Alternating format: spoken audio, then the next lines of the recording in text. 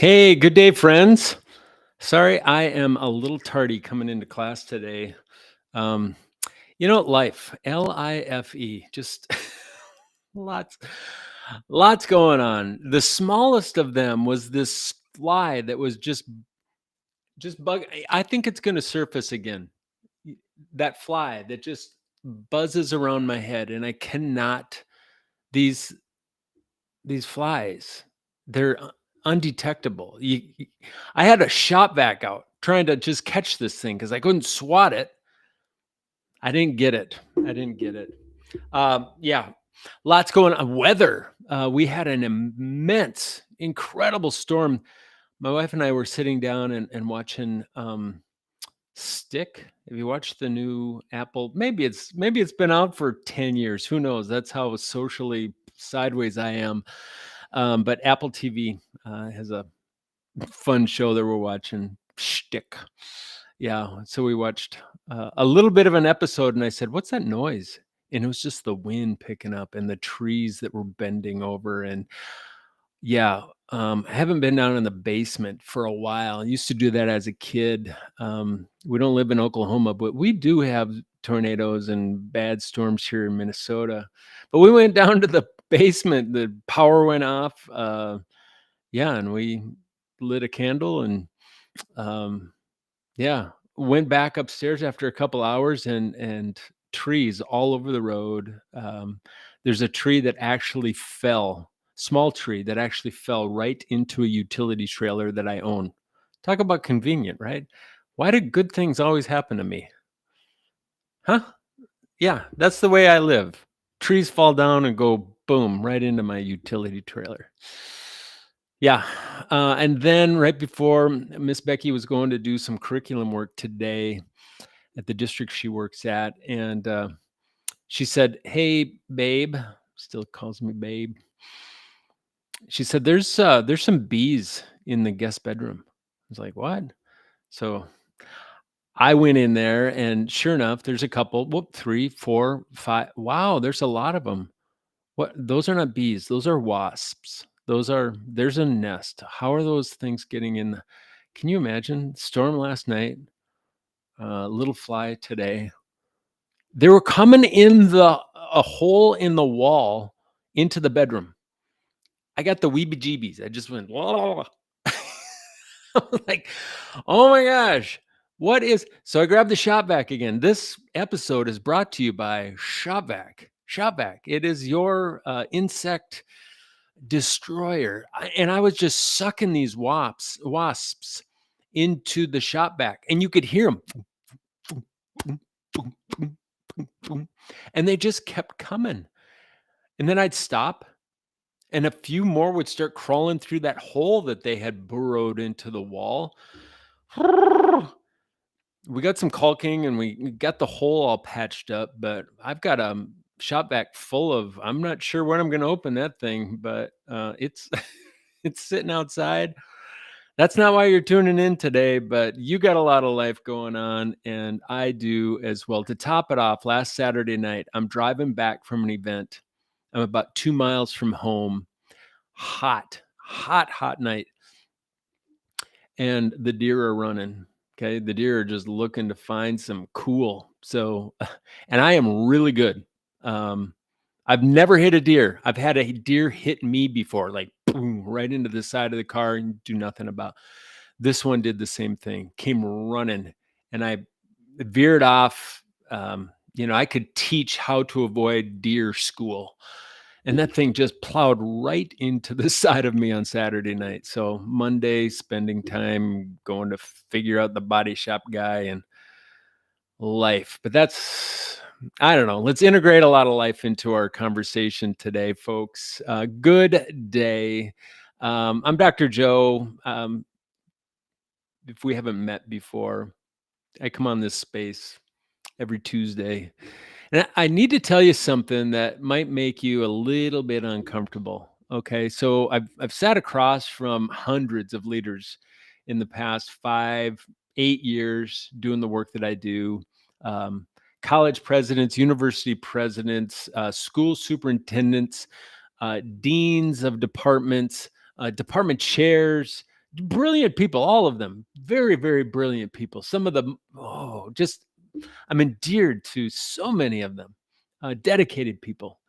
And I've heard the same whispered confessions. They're never put on a big banner or spelled out, pronounced boldly, but in the conversation, you just pick it up. Every once in a while, you just hear this.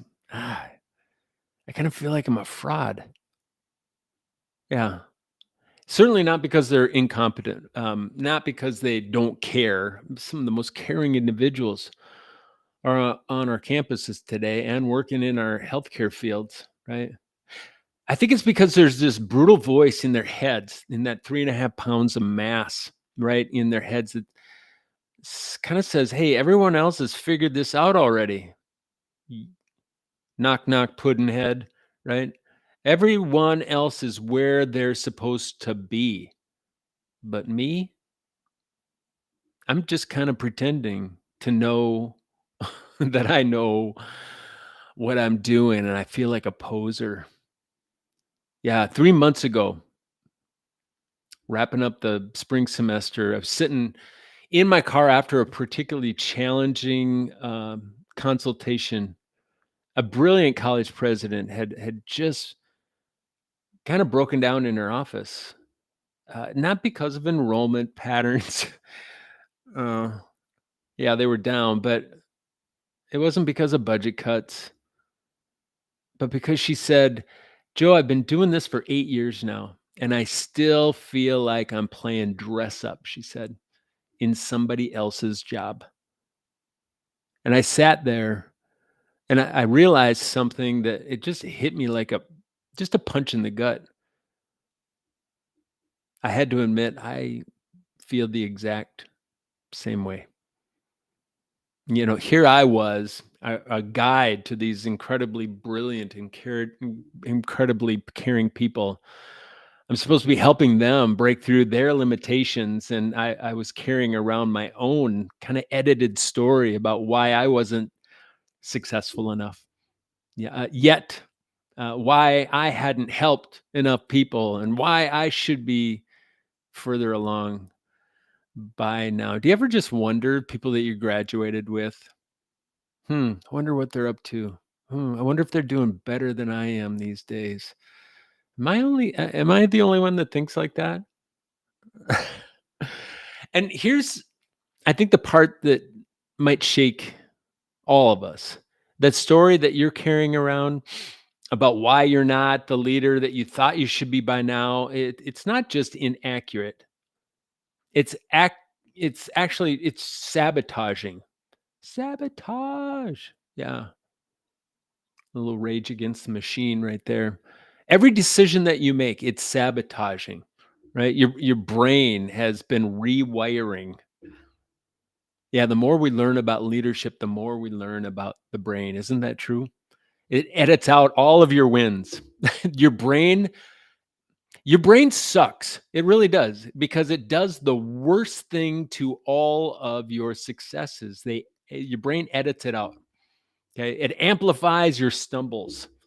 Okay? And it creates a narrative that explains kind of why you feel stuck. And it's really good at it. Okay? Like PhD level good. Yeah, and it's not serving you. Okay? It's not serving your team, it's not serving your organization, it's not serving your family, it's not serving you, boss. It's definitely not serving the students and the communities that are counting on your leadership when it's really, really hard to lead these days. So, let me share something. Not 3 months ago, this one just last week, worked with a superintendent, must be 15 years, okay, that he's been chevrons on this sleeve, right? 15 years of experience, um, not just one advanced degree, multiple advanced degrees, one sharp cookie, and very, very experienced. Um, Test scores are doing really, really well. Occluded every gap that he came in to conquer in that district. And he looked me in the eye. He said, "Joe, I keep just waiting to feel like I actually know what I'm doing. I paraphrase that because he said it a little bit differently in his own um, northern Minnesota way. Right? He said, "I keep thinking that one day I'll wake up and feel like a real leader instead of someone who's just really good at pretending." Yeah, I'm just seeing this way too consistent. This man had transformed at least 3 different school systems, okay? He'd navigated the budget crises, a bunch of boundary shifts and symbolic changes of having to close buildings, the community conflicts that come with all of that. Certainly the global pandemic, yep, got his superintendent patch for that one. But in his mind, he was still the uncertain first year leader who's making mistakes and unconsciously incompetent, right? In his mind. I've heard variations of this story 100 times. I thought I'd be more confident by now. Yeah, I thought I would be more competent by now. I thought I would have better instincts about people by now. I thought I'd be better at the hard, courageous conversations by now. I thought I would not feel as sick to my stomach having to make tough decisions by now. But here's what really breaks my heart and broke my heart. Um, and should terrify all of us. I think these leaders are making decisions based on who they used to be, not who they've become. And there's a ton of science, the neuroplasticity world that backs this up. Every time you remember a past failure, boss, your brain doesn't just recall it, it rewires it. It influences your current emotional state, your self-perception of who you are, right? There's been groundbreaking work on our memory reconstruction. It shows that our brains actually literally edit out our past to match our present identity. Look it up. Yeah, do your own chat search on this thing. The difficult board meeting from 2 years ago, I can still remember, not mine, because it's been a while since I've been back in the boardroom, but maybe yours from 2 years ago. The one keeping you just replaying. Your brain is probably edited to be the worst version that actually was before that was edited. It confirms the story that you're telling yourself about your limitations. So I worked with a college dean. This was at least a year ago. Yeah, it was start of the fall semester a year ago. Uh, Paralyzed by a budget presentation that went sorely poorly, just really bad 3 years earlier. She described it as a disaster, an abject disaster. I remember her saying, a career-defining failure that she wasn't improved, right? That she just wasn't cut out for the financial side of leadership. She'd grown up kind of on the academic side of the house, but was doing some cross-functional training because she wanted to be a college president one day, and just kind of felt like, I'm done. Not I Yeah, I'm not competent on the operational side. So when we're actually pulled into the meeting minutes of really what happened that day in that board meeting, yeah, maybe average performance, maybe normal questions and critique. Who doesn't get a few darts thrown at them in a budget presentation, right? Right? Typical concerns. But her brain had edited a completely normal leadership moment into a career defining, I don't know, I don't get into the trauma language, but she called it a trauma. I'm still kind of traumatized by it. Yeah, but I think the most devastating part of all of that, for 3 years, she'd been avoiding financial discussions and decisions and putting herself where she was actually pretty decent. and learning, right? And undermining her own authority, all because of an event that had been edited by her own silly brain, that mind of hers. So think about this. How many decisions are you making today based on an edited memory of who you used to be? Chew on that for a minute. Think of the decisions that you're making today based on edited memories of something gone sideways or something gone bad. How many opportunities are you not taking because of stories your brain has created about your limitations? Hmm? Sorry, this may be getting quite personal today, but that's what these live streams are all about. I'll do training and uh, some of the other things through newsletters and blog posts and scientific, breakthroughs and insights. But today we're scraping the paint off the wall here, getting really real. I mean, how many times are you playing small because you're just still operating from edited versions of past experiences? I want you to audit that personally, because I care about you. Even more so, I care about those that you're serving because it might be getting in the way. Research is very, very clear. And this might be the most important thing that I share with you today. So lean in, listen up. I think the leaders who feel most behind are most like imposters. They actually consistently score highest in those intellectual, intelligent assignments. Said differently, the smarter you are, the more likely you are to feel like you are not where you should be.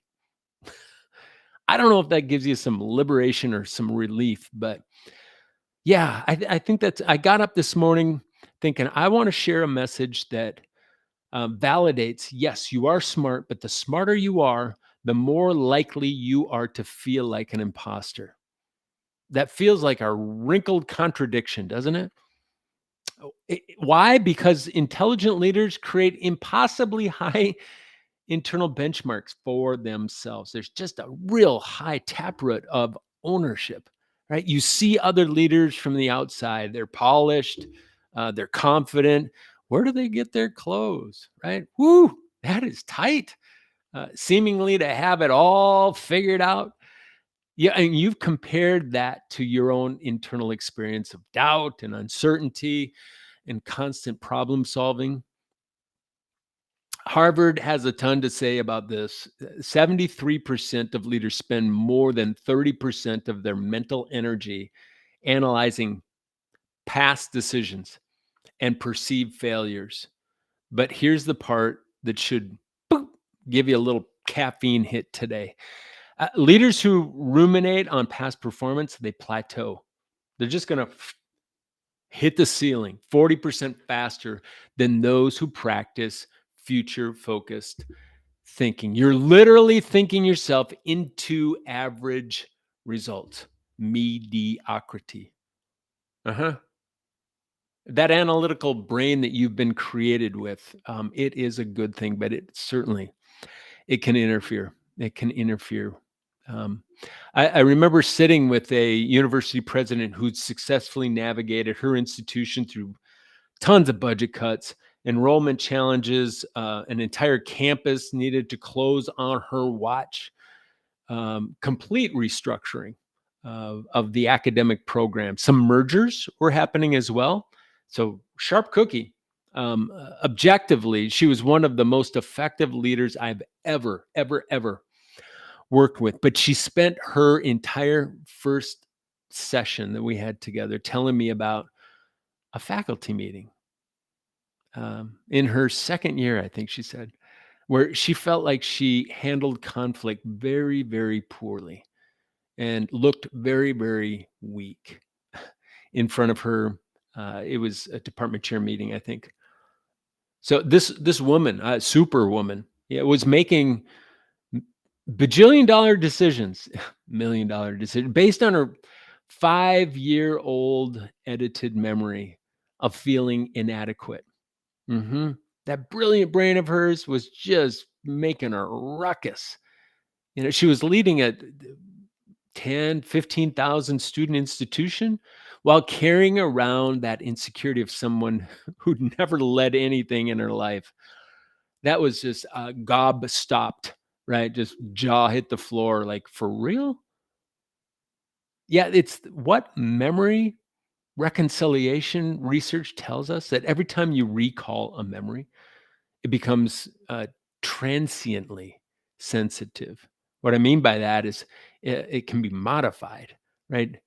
The brutal part is if you're recalling it while in a state, your own state of self doubt, right? You're actually making that memory more limiting, more emotionally charged, more likely to influence future decisions. You're just not remembering. You're not just remembering your past mistakes. Yeah, you, you eventually just start practicing them. Yeah, Stanford University, they've shown that listeners evaluate speakers' credibility. Happens often. I have to be mindful of this. I have 7 to 30 seconds of interaction before somebody's going to just put a blink judgment on me, right? Um, yeah. So if I'm walking onto the stage, I oftentimes are carrying the weight of my own edited failures, and people can sense it before I even crack my first bad dad joke. Yep. Your insecurity about budget presentations from 3 years ago, it's affecting how people respond to you in today's meeting. Yeah. Your uncertainty about whether you're really leadership material. You like that one? Oh, that person's not sure if they're leadership material, right? That's undermining your authority before you even open your mouth.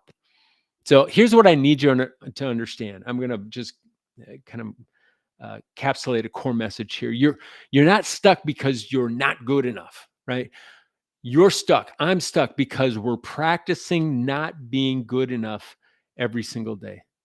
Yeah, you're stuck because you're practicing being not good enough. I'm stuck because I practice being not good enough every single day. That's where the brain just wants to play. That's their playground, is in that space. But here's when everything changes. Here's when you get to choose, as Viktor Frankl beautifully said, right? Between that stimulus and response, there's that dash. The ability in between is our ability to choose. Here's your choice. That superintendent I mentioned earlier, the one who felt like he was just pretending to be a leader, but crazy successful. Uh, 6 months after our work together, he sent me a text that said, "Joe, I finally feel like myself in this role. Not perfect, but me, authentically me," or something like that. What changed? He stopped rehearsing his limitations and started practicing his leadership. So here's the 3-step, and I use this in my practice with leaders all the time. So here's the application. Step 1, you just got to catch it in the moment. You got to capture that thing. Like I was trying to grab that fly that was flying around my head here earlier. Did I tell you I tried to pull the shot back out and I was chasing the thing around? Didn't get it, but I haven't seen it. So you got to catch it. You got to capture it. You catch the edit, right? Right now, I want you to become aware, just in your own head, where your mind goes to. I should be further along, or I don't know what I'm doing, or everyone else has it figured out. Be conscious of that. Just catch it. Grab a hold of that. Okay. Just notice it. Don't judge it. Just catch it yourself in the act of replaying the edited version of your leadership story. That college dean with the budget trauma, right? She said, we've taught her to recognize when her mind went to, that bad meeting, perhaps. Every time she caught herself starting to replay it, she had to ask, hey, is this memory helping me make better budget decisions ahora, right now. Yeah, you got to catch it. And the second step is you got to practice the truth. You know, neuroscience is really clear about the research on mental rehearsal. It tells us your brain can't tell the difference between what's vividly imagined and the real one. Okay. So when you mentally rehearse just confident leadership scenarios, you're literally rewiring your brain for confident leadership behaviors. So studies show that people who mentally rehearse just the piano, it's about the only way that I can make it sound good. But they're mentally rehearsing, practicing the pianos for 2 hours a day, exhibited nearly the same brain change as those who physically practiced. That same principle applies to leadership. Mental rehearsal of confident decision making creates those neural pathways for actual confident leadership. It's what some of the best ones do on a regular basis. You think they're horsing around in their office. What are they doing they're mentally rehearsing the leadership situation to build that confidence.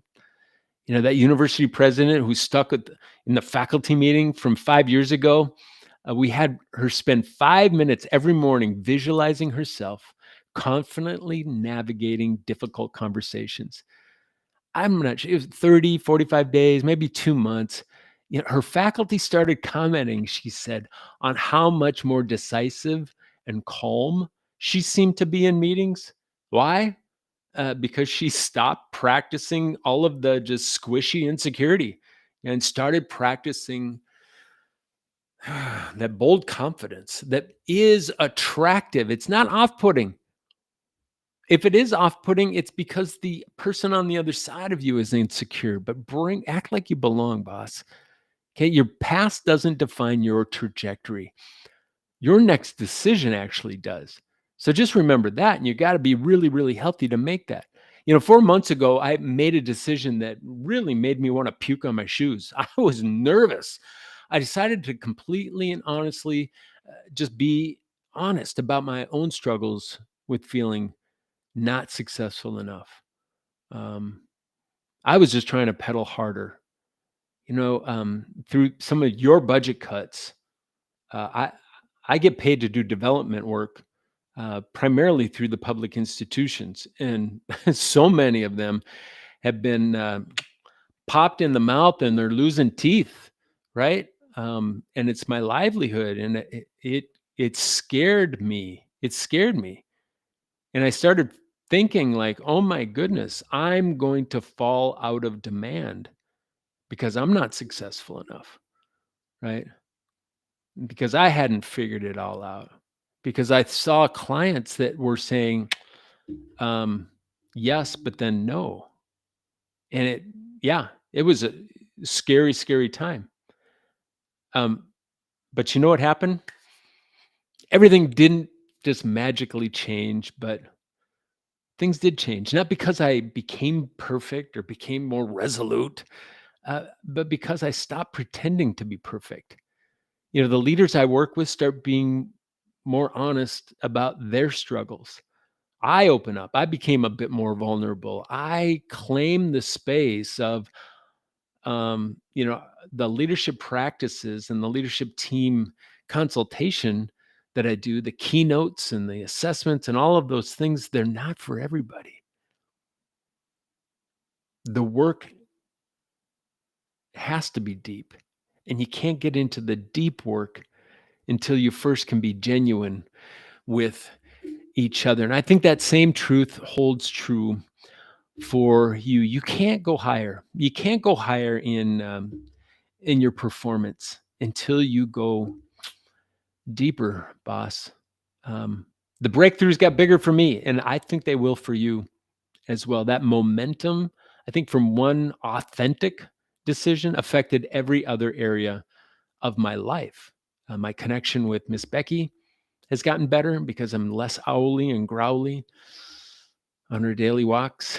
Um, yeah, I've got nothing to hide, nothing to prove, nothing to fear. Um, that's alignment, isn't it? That is That is alignment. My alignment phrase most recently, I've only used it a couple of times, but it's my life work. I want to figure out what makes you tick. You. What makes you tick? What's that innermost created natural brilliant thing that you have been given? What makes you tick? And then I want to inspire, I want to challenge, and I want to equip you to do more than just talk about it. Because we're good at talking about, oh, this is what I'm good at. But many people are stuck in a job, stuck in a role, stuck in an identity that isn't really who they are. It's a beautiful thing. When you break through your own personal leadership ceiling, it's not magic. I don't believe that. It's bigger than that because it's not make believe. Magic is make believe. This is for real, right? And it happens in you. And then it's going to happen for your team. And then it's going to happen for your organization. And that's how it manifests, right? You start believing in you, so they start believing in you, and they start believing that breakthrough is possible too. When you start carrying the weight of yesterday, you liberate yourself, you give yourself permission and your team the permission to do the same. That superintendent stopped feeling like a fraud. His entire cabinet started thinking bigger, right? As long as we're going to think, we might as well think bigger, is what he said. More innovation started to happen, more faster, right? Just with more efficiency and more effectiveness because he modeled what it looked like to lead authentically instead of just that normal insecurity that starched. It looks good on the outside, but it is so fake on the inside. Yeah. So what's the cost? You know, what's the cost? If we don't break through this, you have the same self-doubt. You have the same I should be further along, that same edited memories explaining why you're not where you should be. Yeah. Realize it's not just you. Every time you make a decision from insecurity instead of strength, you're limiting not just your potential, you're limiting the potential of everyone you lead. That's a gulp moment because it's not about you. When you took on the role of leadership, it then became not about you. That's the mantle that you hold. My practice is not about me. Okay. It's about liberating the experiences of others and creating those conditions for others to be way more successful than we ever could have been. Yeah. That college dean who avoided the budget discussions for 3 years because of one edited memory, her entire department suffered because she couldn't step it up. That university president who second guessed everything because of faculty meeting from 5 or 6 years ago. Her institution, it's moved slowly. It took fewer risks. It missed opportunities. It fell out of demand. It had students driving past that campus and going to other ones because it now wasn't the preferred choice. So how many decisions are you not making? How many conversations are you avoiding, boss? How many opportunities is your team missing because you're just still operating from that old edited version of who you used to be? Uh-huh. But here's what's possible when you break free: liberation, freedom. Yeah. Imagine walking into your next challenging situation with confidence confidence in your ability to lead through it. Not because you're perfect, but because you trust yourself to just, I get this, I'll get it figured out, right? Imagine making decisions quickly and cleanly without the mental replay of past mistakes and that hesitation that has so many leaders right now making decisions off the back foot of insecurity, right? Also, imagine your team. Think about your team looking to you in crisis moments. Like we were in the basement last night in the storm, crisis moment, right? And feeling genuinely confident that you can guide them through because you care about them and because you know how to operate the plan for success. because you feel confident, they're going to feel confident. Imagine finally becoming the leader you've always known you could be, boss, not despite your journey, but because of it. Mhm. So here's what I want you to do. You're exactly where you're supposed to be right now. Say that to yourself. I'm exactly where I'm supposed to be right now. If that's not true, then do something about it. But if it is true, then quit letting your brain play that stupid tug of war match with you. Uh-huh. But you're not supposed to stay there. Okay? You're exactly where you're supposed to be right now, but you're not supposed to stay there. The question isn't, why am I not further along? The question is, what's the next version of my leadership that is just waiting to emerge? Right now, I want you to do something that might feel a little uncomfortable. I want you to think of one decision that you've been avoiding. You've been just walking around the it illustrated like a dog made the mess on the floor, and you're just walking around it. You're not cleaning it up, okay? Because you've been just avoided that conversation that you've been putting off because you're afraid maybe you'll handle it poorly, or you're just not feeling it today, right? Then ask yourself, am I avoiding this because of who I am today, or because of who I was at some point in the journey from my past? Yeah, I want to help you with this breakthrough. We've developed, we're calling it TQ, team intelligence. Yes, it's a cute way to, I think, talk about a very, very practical solution. Um, there's an assessment that starts with you, your leadership patterns, your mental models, the personal stories that might be kind of limiting, not just you, but your entire leadership team. When you take that assessment, you got to start someplace with a baseline. That's why we created this thing. You'll discover where your personal breakthrough needs to happen first. You know, and then you benchmark against that to break through, and how that can multiply through everyone that you lead. You can find that on our webpage at higherperformancegroup.com. Free assessment. Tis the season to do a baseline before the whirlwind of fall semester kicks in. Just remember, the weight of yesterday doesn't have to determine your potential tomorrow, boss. You really don't owe your past any explanation. Some therapists will have you go back there and kind of talk to the you that you used to be. I'm like, you know what? I don't live there anymore. You don't live there anymore. We can learn from it, but let's not set up camp there, folks. Um, I believe in therapy, but I just like anything else, there are a lot of good, very good therapists out there, and there are those that are looking for invoicing opportunities and having you set up camp down there and kind of victimizing yourself around the person that you used to be that maybe made a few mistakes. But you owe your future a chance. Okay? I'm fighting for you today. You owe your future the best chance for your best preferred future. Right? Your team is counting on you. Your family is counting on you to show up as the leader that you are capable of being, not just the edited version of who you think you should be by now. Just remember, you don't need to be perfect. I'm not perfect. You'll never be perfect. Uh, but we need to be progressing. Don't live your lives in the gap.